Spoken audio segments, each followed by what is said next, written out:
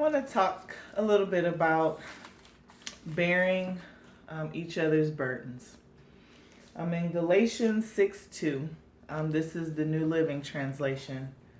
God says to share each other's troubles and problems, and in this way, obey the law of Christ.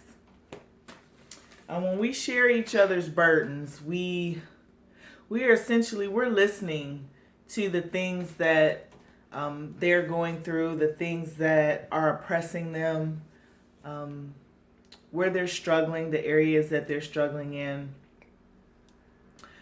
But when we refuse to see things from someone else's perspective, if we only have our point of view and no one else's point of view, and ours is the right one, ours is the only one that matters, then you're not bearing each other's burdens. I kind of experienced this a little bit this past weekend, and it's rough, How can we bear one another's burdens if we choose not to accept the very burden that they're carrying? If we can't accept that they have a different point of view or a different way of thinking or even a different life experience, we can't be there for them. We can't carry their burdens. We can't help them because we refuse to listen. That's oppressive behavior. Galatians 5, starting with verse 19, when it starts talking about desires and sinful nature, having a worldly view, one of the things it talks about is selfish ambition. When you only see your point of view and your way is right, that's a selfish ambition, because your goal is to convince people that your way is the right way and that their way does not matter. And that is that's what our sinful nature wants. We feel the need to have to be right all the time. Ephesians 4:32 says to be kind and compassionate to one another, forgiving each other just as Christ forgave you.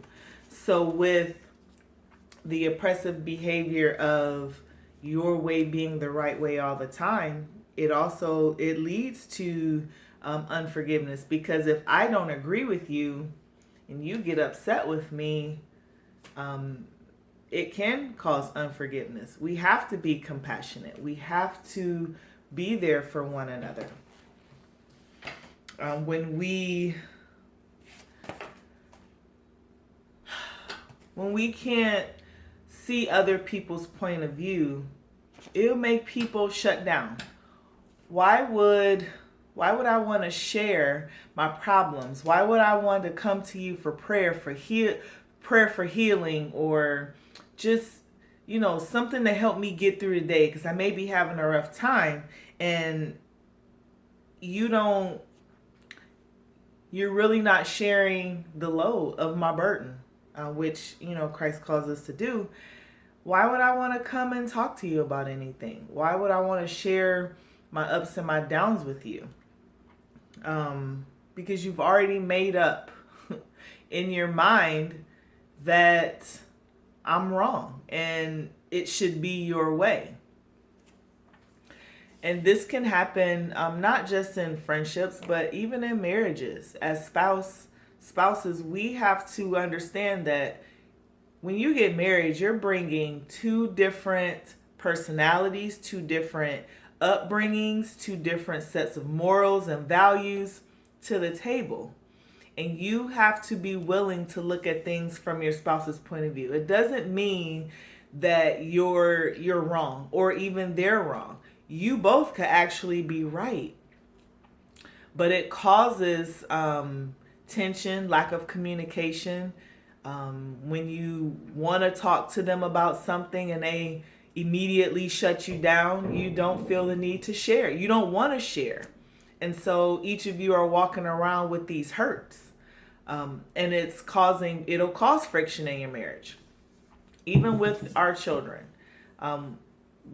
Even being parents, we still have to have a level of understanding to understand our kids, especially as each generation goes.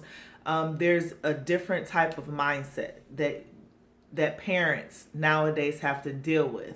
The sense of entitlement, not working hard.